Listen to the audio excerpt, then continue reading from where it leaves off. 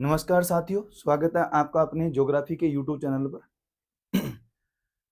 हमने पिछली क्लास में इंडियन ज्योग्राफी के अंदर कुछ एक बातें हमने समझी, ध्यान होगा आपको और अच्छे से समझ में आ भी गई होगी। आज की क्लास में हम बात करेंगे कुछ कंसेप्ट और हमारे इंडियन ज्योग्राफी के, मतलब इस टॉपिक के, है ना। तो इसलिए क्लास में बने रहना। दूसरी बात, देखो, जब तक आप पिछली क्लास नहीं देखेंगे तब तक आपको नई क्लास इतने अच्छे से समझ में आने वाली नहीं है। तो इसलिए पिछली क्लास को जरूर आधार मान ले आप, ठीक है ना, क्योंकि उसमें मैंने आपको पूरा पूरा मैप अच्छे से समझाया है। पर कोई बात नहीं, देखो, ध्यान दो सामने। आज की हम इस क्लास में जो बात करने वाले हैं, कल के जहां पॉइंट को हमने छोड़ा वहीं से हम शुरू करना चाह रहे हैं। तो आपने जो पढ़ा, केंद्र शासित प्रदेश पढ़ लिए थे, भारत के राज्य पढ़ लिए थे, और हमारे आज हम बात करनी बड़ा केंद्र शासित प्रदेश कौन सा है और भारत का छोटा केंद्र शासित प्रदेश कौन सा है। तो ये बात हमें देखनी है। तो सबसे पहले मैं आपको इस मैप के माध्यम से बता रहा हूं, थोड़ा ध्यान देना सामने।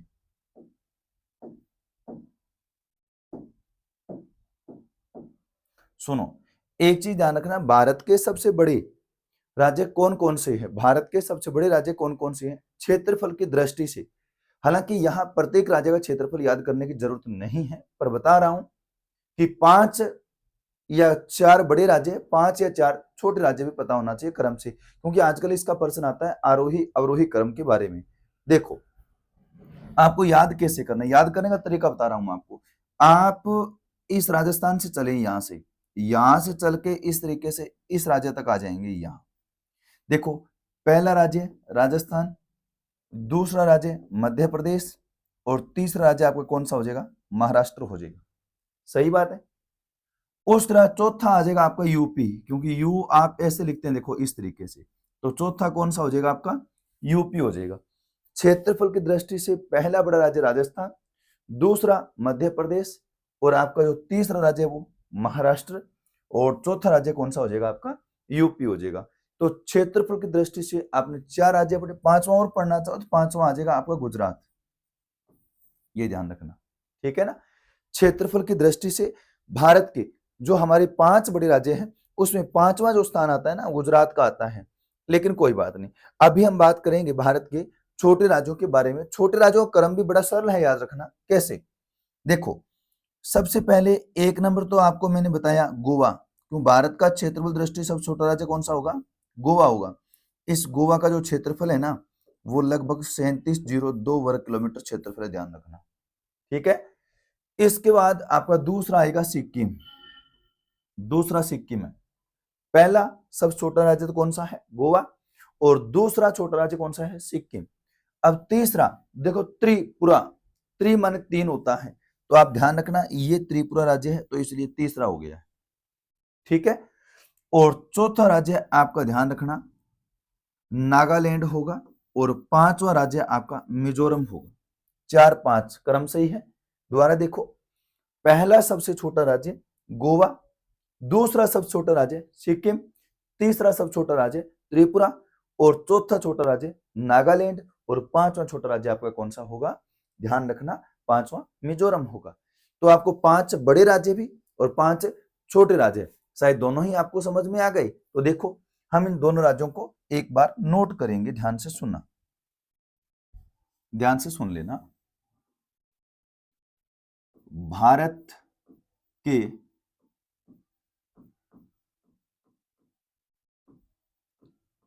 क्षेत्रफल की दृष्टि से, भारत के क्षेत्रफल की दृष्टि से राज्यों का क्रम, ये ध्यान रखना, ठीक है भाई। अब रही बात, सबसे पहले जो आपको पढ़ना है वो भारत के 5 बड़े राज्य लिखेंगे। तो 5 बड़े राज्य कौन कौन से हैं, देखो ध्यान से। यहां चाहे तो आप ये लिख दो बड़े राज्य, लेकिन हम बड़े राज्य जो पढ़ेंगे ना उनका क्रम पढ़ेंगे, ध्यान रखना अवरोही क्रम। अवरोही क्रम का मतलब होता है बड़े से छोटे की ओर, ये बात भी आपको याद रखनी है, ठीक है। अब इसमें देखो, सबसे पहला राज्य आपने जैसे अभी पढ़ा कौन सा था? अपना राजस्थान था। राजस्थान के बाद दूसरा राज्य आपने कौन सा पढ़ा? तो आपको याद होगा मैंने मध्य प्रदेश बताया, सही बात है ना। इस मध्य प्रदेश के बाद तीसरा जो राज्य आएगा वो आपका आएगा महाराष्ट्र राज्य। ठीक है भाई। महाराष्ट्र का चौथा जो आएगा मैंने बताया उत्तर प्रदेश, उत्तर प्रदेश।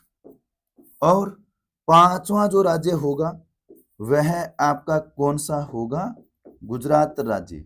ध्यान रखना ये बात, ठीक है ना। तो ये 5 बड़े राज्य हो गए भारत के क्षेत्रफल की दृष्टि से, और ये अवरोही क्रम है। अवरोही का मतलब सबसे ज्यादा क्षेत्रफल राजस्थान का है, उससे कम मध्य प्रदेश का है, इससे कम महाराष्ट्र, इससे कम उत्तर प्रदेश, इससे कम गुजरात का हो जाएगा।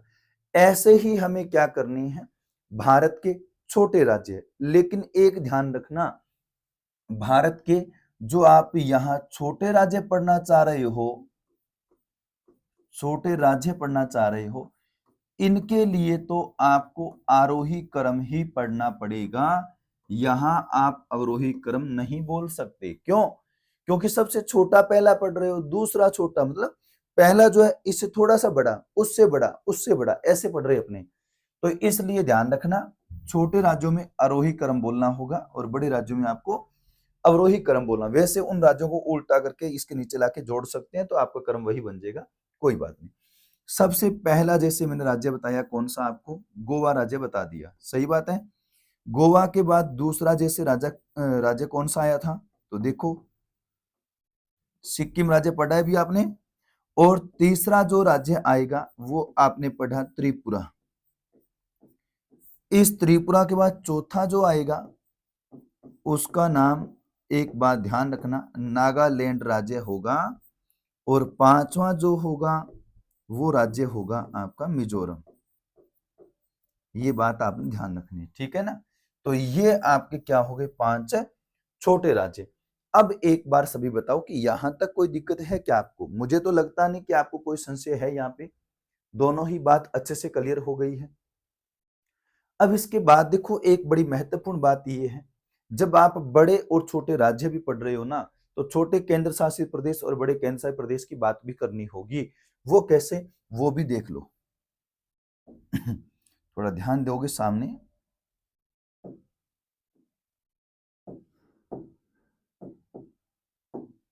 देखो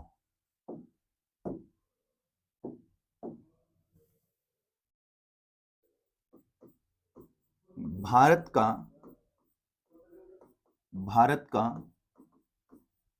सबसे बड़ा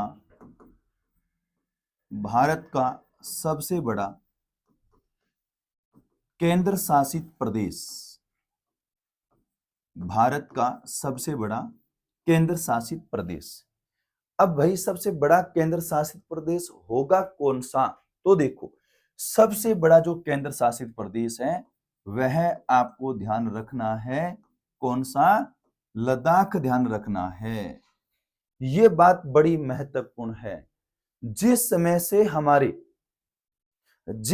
से हमारे कुछ ये राज्य क्षेत्र बन चुके हैं, उस दिन से हम बात कर रहे हैं कि भाई आज भारत का अगर कोई सबसे बड़ा जो केंद्र शासित प्रदेश होगा वह कौन सा होगा। तो ये बात बड़ी महत्वपूर्ण आपके लिए, अच्छे से दिमाग में बिठा लेना भाई, ठीक है ना। क्योंकि देखो जब तक इन चीजों को अपने नहीं पढ़ेंगे तब तक हमारे को ये चीज क्लियर होने वाली नहीं है, ये ध्यान रखना, ठीक है भाई। अब एक चीज और सुनो, आज भारत का सबसे छोटा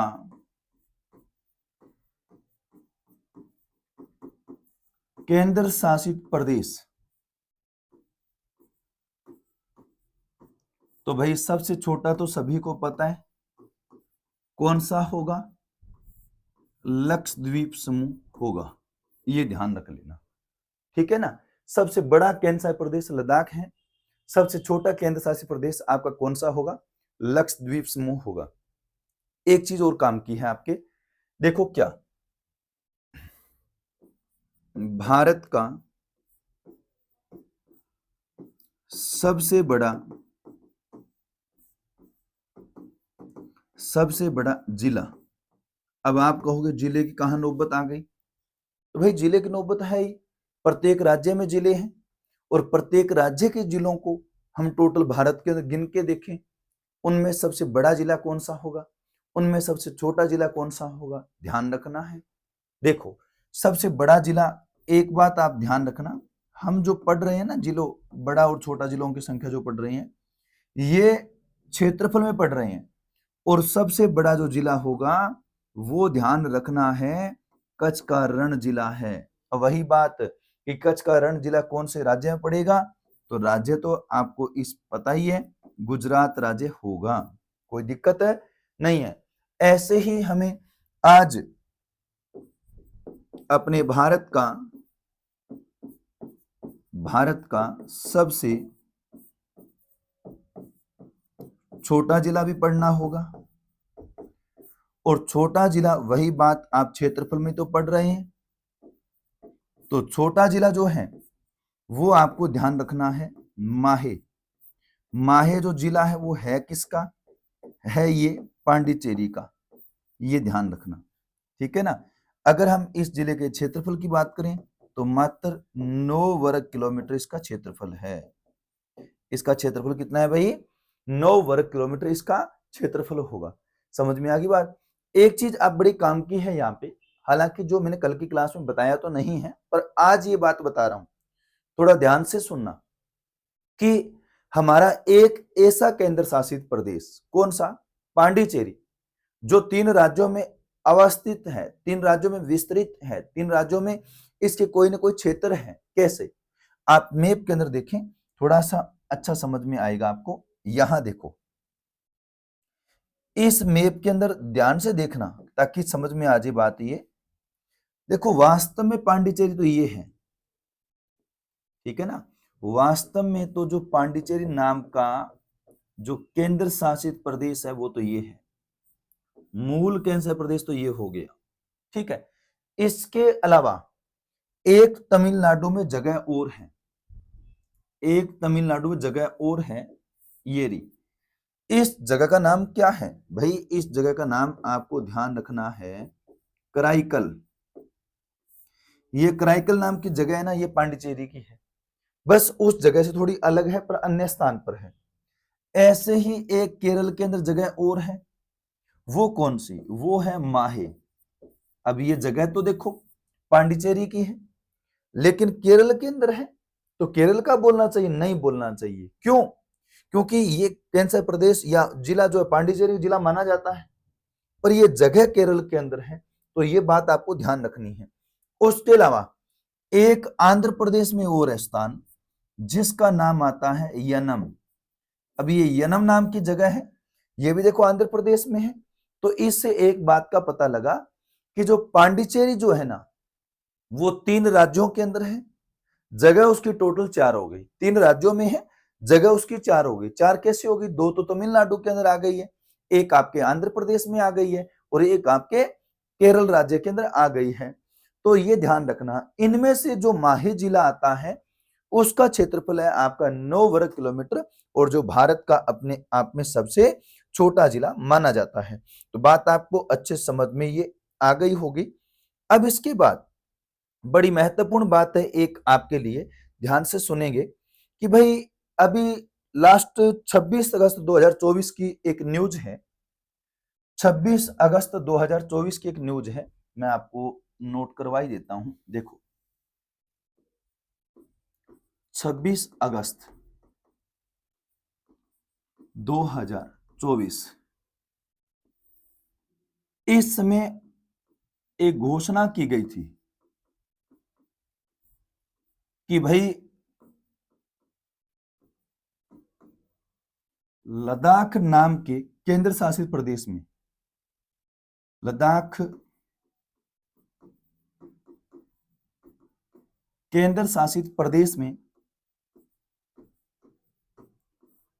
में 5 नए जिले बनाए जाएंगे, 5 नए जिले बनाए जाएंगे। नए जिले बनाए जाएंगे। ये घोषणा की गई थी, है ना। लेकिन अब 5 का मतलब पहले कितने थे? तो वही बात, पहले हमारे इस लद्दाख नामक केंद्र शासित प्रदेश में जो जिले थे ना, लद्दाख में जिलों की संख्या, जिलों की संख्या, पहले इसके जिले 2 ही हुआ करते थे। कितने हुआ करते थे? 2 ही जिले हुआ करते थे। अब कहोगे सर वो 2 कौन से थे? 2 भाई, एक इधर है और एक इधर है। एक का नाम तो आपने सुना होगा, लेह नाम का जिला था, ठीक है। उसके बाद एक आपका जिला था कारगिल नामक। देखो ये 2 जिले थे, ध्यान से सुन लेना ये बात। हमारे लद्दाख नामक केंद्र शासित प्रदेश में पहले जिले कितने हुआ करते थे? 2 जिले हुआ करते थे। लेकिन आजकल कितने जिले बना दिए? 7 जिले बना दिए। अब वो कौन कौन से हैं? तो ध्यान से सुन लो।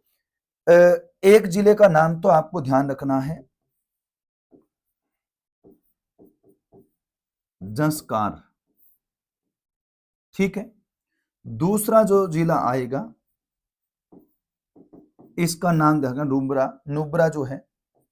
तीसरा जो आएगा इसका नाम आपको ध्यान रखना है, एक जंस्कार, एक आपका नुब्रा, एक चांगथांग, चांगथांग। याद रखना, ये जिला तो एक ही है, अब बीच में गैप है तो गैप के कारण ध्यान ये मत समझ लेना कि 2 जिले लिखवा दिए मैंने। जिला एक ही है ये, कौन सा? चांगथांग जो है। इसके अलावा जो एक आएगा, एक आपका साम जिला हो रहा था, देखो साम, लास्ट बोलूं तो एक आएगा द्रास, द्रास। ये जो 5 है ना, ये वर्तमान में नवीनतम स्वीकृत जिले, ये बात जरूर याद रखना। तो आज हमारे लद्दाख नामक केंद्र शासित प्रदेश में टोटल जिलों की संख्या कितनी हो चुकी है? तो 2 + 5 बराबर हमारे लद्दाख नामक केंद्र शासित प्रदेश में 7 जिले टोटल है। ये बात आपके लिए बड़ी महत्वपूर्ण है।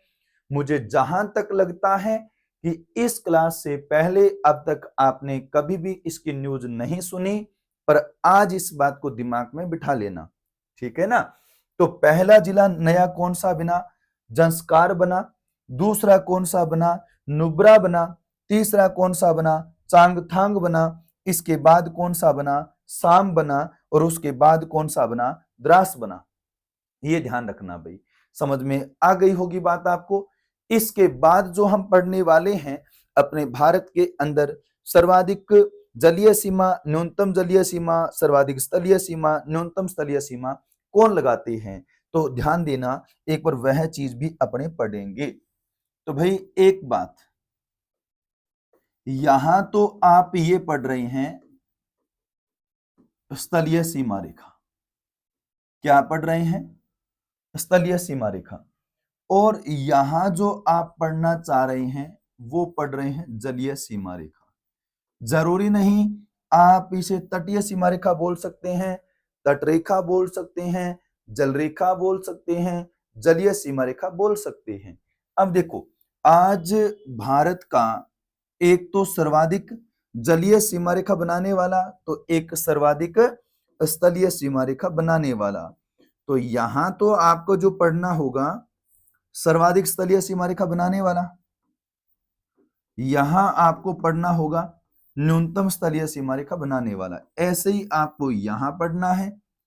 यहां आपको ध्यान रखना है कि भाई सर्वाधिक जलीय सीमा रेखा, तो यहां पर आपका कौन सा आएगा? न्यूनतम जलीय सीमा रेखा। अब देखो कि आज सर्वाधिक स्थलीय सीमा रेखा जो बनाता है वह कौन सा राज्य बनाएगा? तो राज्य तो याद करना है, राज्य के बारे में नाम आएगा पश्चिम बंगाल राज्य का। कौन सा राज्य होगा? पश्चिम बंगाल। ये बात ध्यान रख लेना भाई। अब न्यूनतम स्तरीय सीमा रेखा बनाने वाला जो राज्य होगा वो कौन सा होगा? त्रिपुरा होगा। ठीक है। और यहां सर्वाधिक जलीय सीमा रेखा बनाने वाला राज्य कौन सा होगा? गुजरात होगा। तो भाई न्यूनतम जलीय सीमा रेखा बनाने वाला राज्य कौन सा होगा? आपका गोवा राज्य होगा। ये बात बड़ी आपके लिए महत्वपूर्ण है। क्या ये बात आपको अच्छे से समझ में आ गई है? मैं कहां की बात करना चाह रहा हूं? देखो, मैं बात करना चाह रहा हूं जो स्थलीय सीमा रेखा 15,106 किलोमीटर सीमा रेखा है। इस 15,106 किलोमीटर की सीमा रेखा पर भारत का सर्वाधिक स्थलीय सीमा रेखा बनाने वाला और न्यूनतम स्थलीय सीमा रेखा बनाने वाला राज्य कौन सा है? मैं देश की बात नहीं कर रहा, मैं राज्य की बात कर रहा हूं। ध्यान रखना, देश की बात नहीं की जा रही, राज्य की बात की जा रही है। ऐसे ही जलीय सीमा रेखा की बात करोगे तो 6100 किलोमीटर, क्योंकि मुख्य भूमि के जलीय सीमा रेखा पढ़ रहे हैं ना आप, इसलिए ये बता रहा हूं मैं। वैसे तो भारत की जो संपूर्ण जलीय सीमा रेखा वो तो 7516.6 किलोमीटर आती है। अभी बताऊंगा आपको। जैसे इसके बाद ही देख लो। देखो भाई,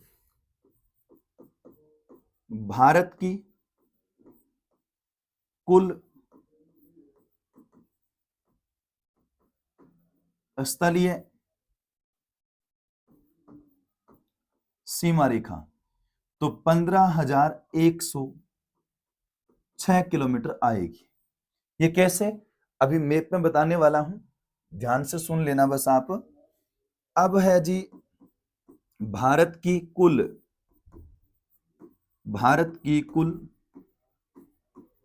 जलीय सीमा रेखा जो है वो है 7516.6 किलोमीटर। ये रही। अब 7516.6 दो प्रकार की सीमा रेखा है। दो प्रकार की कैसे है? दो प्रकार की इसलिए है कि भाई एक तो आपको ध्यान रखनी है मुख्य भूमि की जलीय सीमा, और एक आपको ध्यान रखनी है द्वीप समूह की जलीय सीमा। ये ध्यान रखना। अब वो कैसे है? वो इसलिए है, देखो भी टोटल आप कितना पढ़ रहे हैं? 7516.6 पढ़ रहे हैं। इसी में से हमें क्या करना है? मुख्य भूमि की जलीय सीमा 6100 किलोमीटर ध्यान रखनी है। कैसे? अभी मैप में बताने वाला हूं, ये चीज ध्यान रखना। और द्वीप समूह की बात करें तो भाई 7516 में से 6100 घटा देंगे तो आपका जवाब कितना आएगा? 1416.6 किलोमीटर जवाब आ जाएगा। और ये जो है ये आपके द्वीप समूह की जलीय सीमा है। द्वीप समूह के अंदर बात करूं तो ये किस किस की है सुन लो। देखो, एक तो जो आएगा आपका अंडमान निकोबार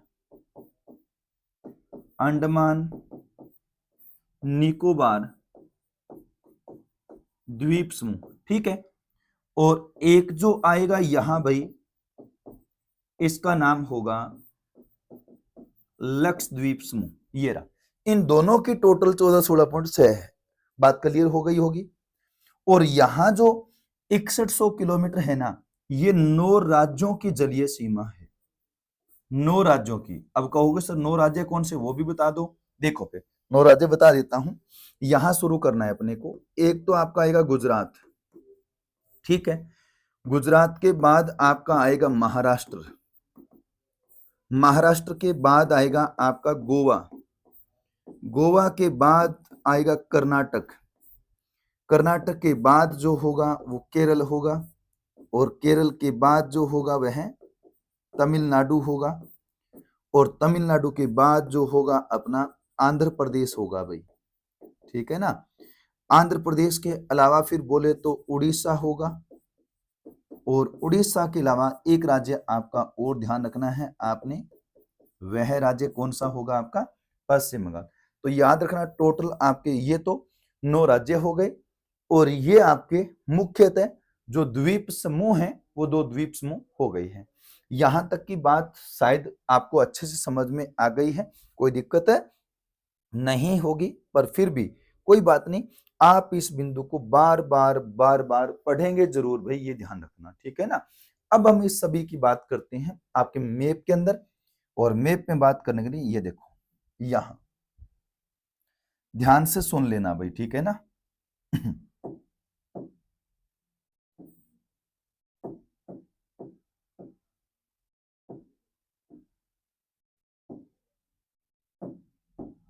देखो ये सीमा रेखा बना रहा हूं, सिर्फ आपके लिए बना रहा हूं, ये मैं थोड़ा ढंग से समझ में आ जाए, ठीक है ना, कोई दिक्कत ना हो, इसलिए ये जो हाईलाइट जिसको मैं कर रहा हूं ना,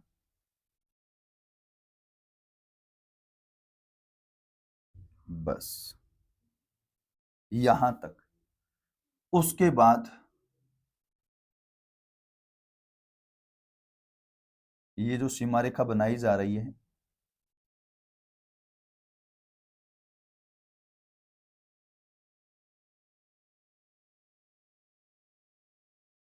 ये जो सीमा रेखा हाईलाइट जो मैं कर रहा हूं, ये सारी स्थलीय सीमा रेखा बना रहा हूं ओनली, थोड़ा ध्यान रख लेना भाई, ठीक है ना,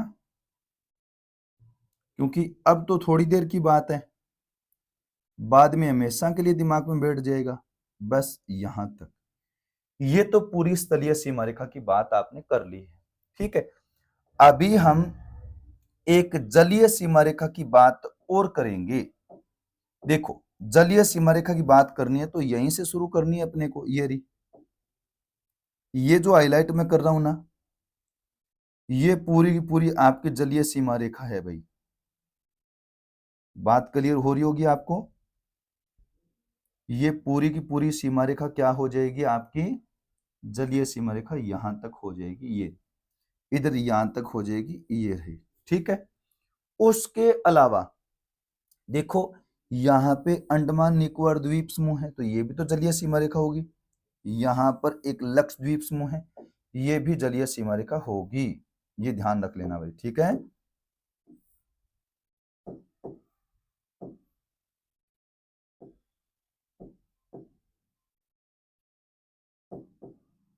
अब सुनो ध्यान से अच्छी बात, देखो जो मैंने यहां एक प्रकार का जो पिंक कलर किया है, ये तो है आपकी कुल स्थलीय सीमा, क्या है ये, कुल स्थलीय सीमा रेखा, ठीक है ना। इस स्थलीय सीमा रेखा की जो लंबाई है 15,106 किलोमीटर, ध्यान रखना है। अब रही बात टोटल जलीय सीमा, टोटल जलीय का मतलब मुख्य भूमि के तो ये रही अंडमान निकोबार, ये रहा लक्षद्वीप समूह, ये रहा, तो यहां जब टोटल जलीय सीमा रेखा की बात की जाए तो आपका जवाब क्या होगा, तो आपका जवाब होगा 7516.6 किलोमीटर, ठीक है। लेकिन जब ये कह दे इसी में से कि भाई मुख्य भूमि की जलीय सीमा कितनी होगी, तो भाई मुख्य भूमि की जो जलीय सीमा रेखा होगी वो हमारी 6100 किलोमीटर होगी, बात क्लियर हो गई होगी आपको। मुख्य भूमि का मतलब है गुजरात से शुरू कर देना और ये पूरी पूरी सीमा रेखा यहां तक आपने काउंट करनी है, कोई दिक्कत है यहाँ पे, मुझे नहीं लगता कि आपको अभी तक ये कोई बात जितनी मैंने बताई है वो आपको समझ में नहीं आई, समझ में आ गई है। अब एक चीज आप ध्यान रखना, इसी सीमा रेखा के अंदर हम अलग अलग देश की सीमा रेखा के बारे में भी बात करेंगे, लेकिन उसके अलावा एक चीज मैं थोड़ी सी आपको अलग से बताना चाह रहा हूं, क्या कि भाई हमारे भारत के जो बीचों बीच जो एक मानक देशांतर रेखा गुजरती है, भारत की मानक देशांतर रेखा जिसको कहते हैं, भारत की ग्रीनविच रेखा कह सकते हैं, भारत की समय निर्धारण रेखा कह सकते हैं, वह रेखा कौन सी है भाई। सामान्यतः आपने 82.5 डिग्री के नाम से सुना है, हम उसी की बात करना चाह रहे हैं। तो देखो एक बार उसको मैं अलग मैप पर बताने वाला हूं ताकि ढंग से समझ में आ जाए। अब देखो इस मैप पर आज जो आप बात करना चाह रहे हैं वो क्या है, तो भाई भारत की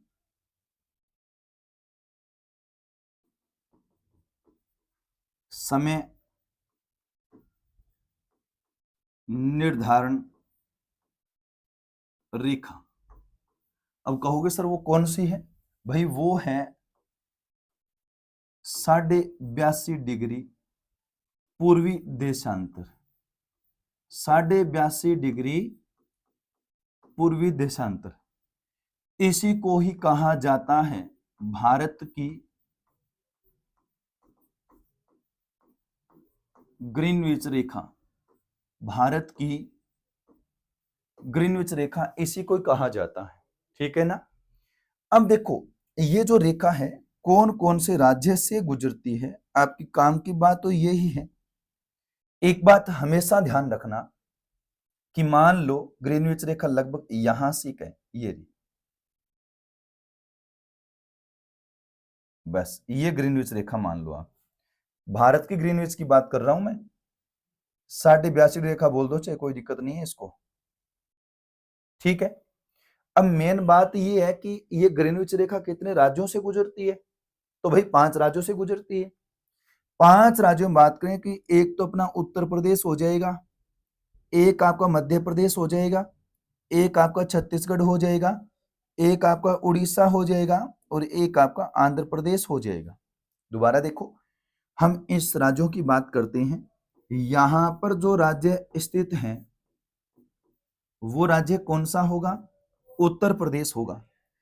उसके बाद राज्य कौन सा होगा, तो आपको ध्यान रखना है मध्य प्रदेश राज्य होगा।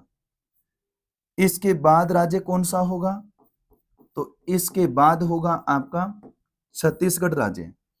छत्तीसगढ़ के बाद राज्य कौन सा होगा, तो भाई ध्यान रख लेना उड़ीसा राज्य होगा। और उसके बाद जो राज्य होगा वो होगा आपका आंध्र प्रदेश। बात समझ में आ गई। एक चीज आपसे यहां क्या पूछेगा कि भारत की जो समय निर्धारण रेखा है या 82.5 डिग्री रेखा है वो कितने राज्यों से गुजरती है, तो आपको 5 राज्य बताने हैं। देखो ग्रीनविच रेखा भारत की या भारत की समय निर्धारण रेखा कितने राज्यों से गुजरती है, तो आपको ध्यान रखना है कि 5 राज्यों से गुजरती है। 5 राज्य कौन से हैं ये मैंने आपको बता दिया। एक चीज आज एक बड़ी ही हमारे लिए महत्वपूर्ण बात क्या है कि इस उत्तर प्रदेश का इस ग्रीनविच रेखा पर, या हम कह सकते हैं 82.5 डिग्री जो रेखा है उसका मुख्यालय कहां पर स्थित है या किस स्थान पर स्थित है, वह मुख्यालय आपको याद रखना है। तो भाई यहां लिख देता हूं मैं, भारतीय समय रेखा का मुख्यालय। अब यह मुख्यालय किस बिंदु पर स्थित है या कौन से स्थान पर है, तो स्थान पड़ता है अपना नैनी नामक स्थान। और नैनी नामक स्थान जो जिस जिले में पड़ता है उस जिले का नाम है प्रयागराज, और प्रयागराज पड़ता है आपके उत्तर प्रदेश के अंदर। तो ये बात आपके लिए बड़ी ही महत्वपूर्ण है। एक चीज आपको मैं बता दूं कि हमारे ग्लोब में, देखो ध्यान से एक बात, अपने ग्लोब पर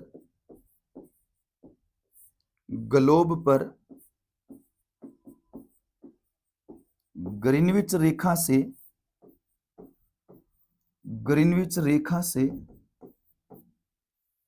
82.5 डिग्री रेखा जो है, 82.5 डिग्री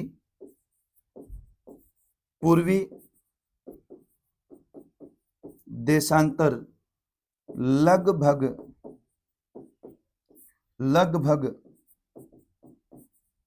5.5 घंटे 5.5 घंटे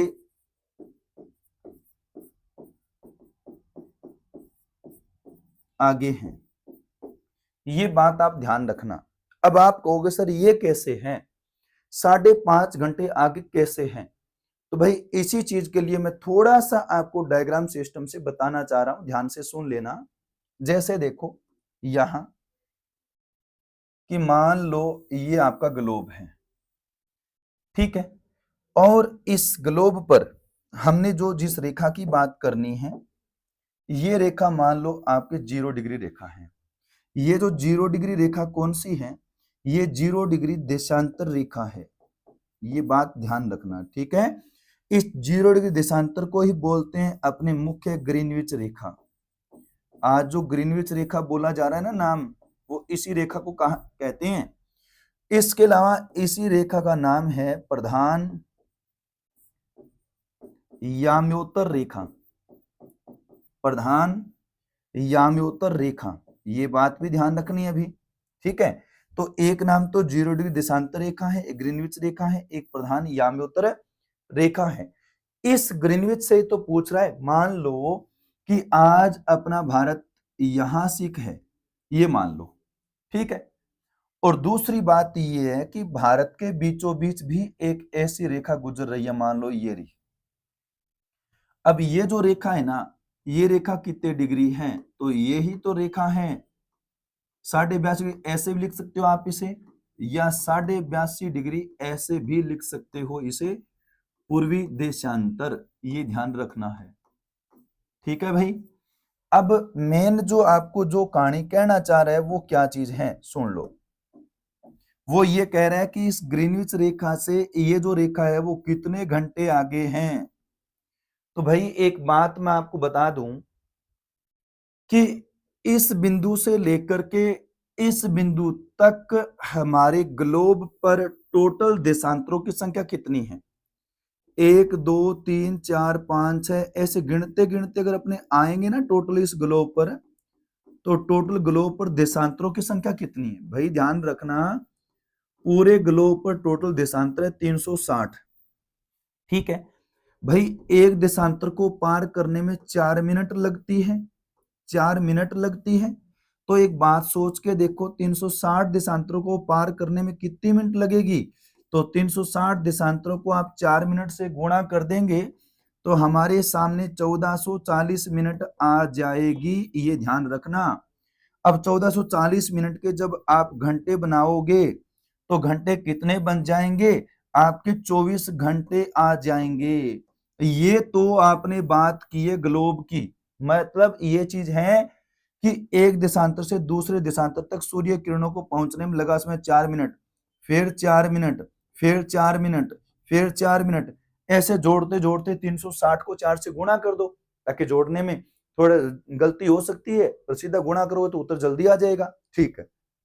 ऐसे ही क्या करना है, अब इस 0 डिग्री 82.5 डिग्री का अंतर निकालना है।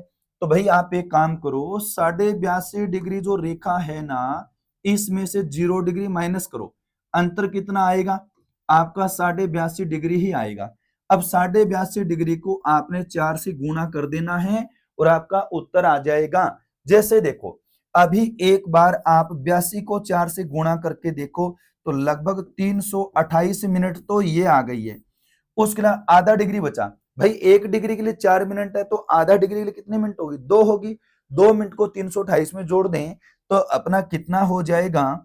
330 मिनट हो जाएगा। अब 330 मिनट के आप घंटे बना लो, घंटे बनाओगे तो कितना हो जाएगा? देखो 6 5 30 और 3/6, 3 एकम 3 और 3 दूनी 6। देखो ना हमारे 5.5 घंटे आए कि नहीं आए? बस यही चीज तो आपको निकालनी थी, ये ध्यान रखना। मतलब ये कहना चाह रहा हूं आपको कि ग्रीनविच रेखा से भारत की मानक समय रेखा लगभग कितने घंटे आगे हैं? तो ध्यान रखना 5.5 घंटे आगे हैं। जरूरी नहीं वो 5.5 घंटे ऐसे भी लिख सकता है, 5.5 घंटे आगे हैं, ठीक है भाई। अब बता देंगे, यहां तक की बात आपको अच्छे से समझ में आ गई होगी। अच्छे से इसी चीज की आप ट्राई करेंगे ताकि ये कोई किसी प्रकार की दिक्कत ना हो, ठीक है भाई। तो हम आज की क्लास में इस टॉपिक से संबंधित जो बात करनी थी वो अपने इतने ही करेंगे। बाकी जो बात करेंगे अपने अगली क्लास में करेंगे। तो इसलिए आप सबका बहुत बहुत धन्यवाद।